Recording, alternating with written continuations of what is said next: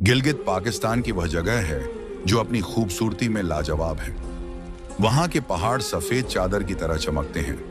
नीले आसमान के नीचे सब कुछ जादू जैसा लगता है। यहाँ के हर मोड़ पर एक नई कहानी छुपी हुई है। और आज जिस कहानी की बात हो रही है वह वहां पर रहने वाले 24 बरस के नौजवान सिकंदर की है, जिसके हुस्न और बहादुरी के चर्चे दूर दूर तक फैले हुए थे। जो भी उसे एक नजर देखता ठिठक कर रुक जाता। 6 फुट से ऊंचा लंबा कद, चौड़े कंधे, मजबूत बाजू, जैसे किसी जंगी शहजादे का शरीर हो। वह जमीन पर चलता तो हर नजर उसे देखती रह जाती। उसकी मर्दाना वजाहत के साथ एक खास खुशबू जुड़ी हुई थी, जो जिस दिल में उतरती थी उस दिल की धड़कनें तेज कर देती थी। पूरे गांव में वह खूबसूरत होने के साथ साथ घमंडी भी मशहूर था। किसी की तरफ नजर उठाकर नहीं देखता था, मगर जहां से भी गुजरता लड़कियां उसे देखकर ठंडी आहें भरती थीं और सोचती थीं कि पता नहीं वह कौन सी खुशकिस्मत लड़की होगी जो इस मर्द की दुल्हन बनेगी। सिकंदर बहुत बहादुर मशहूर था। वह किसी भी चीज से नहीं डरता था। सिकंदर सिर्फ एक नाम नहीं था, बल्कि एक पूरी दास्तान था।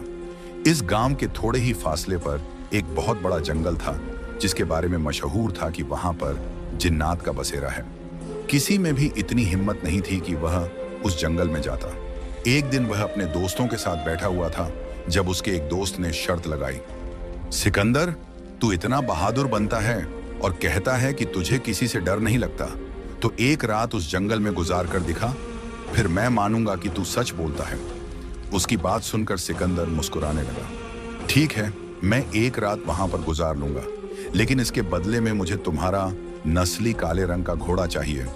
वह काफी अरसे से अपने दोस्त शहरयार से उसका पसंदीदा घोड़ा मांग रहा था, मगर शहरयार देने को तैयार नहीं था।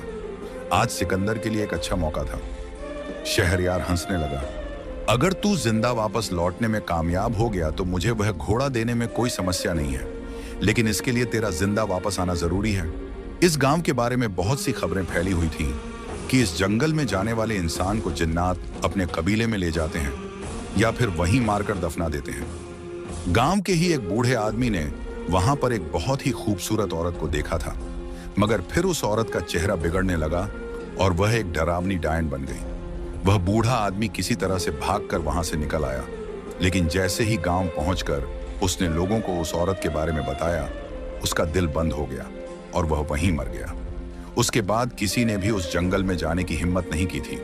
सिकंदर भी काफी अरसे से यह खबरें सुन रहा था, मगर वह इतना मसरूफ था कि उसे फुर्सत ही नहीं मिलती थी। रात के 11 बजे का समय था।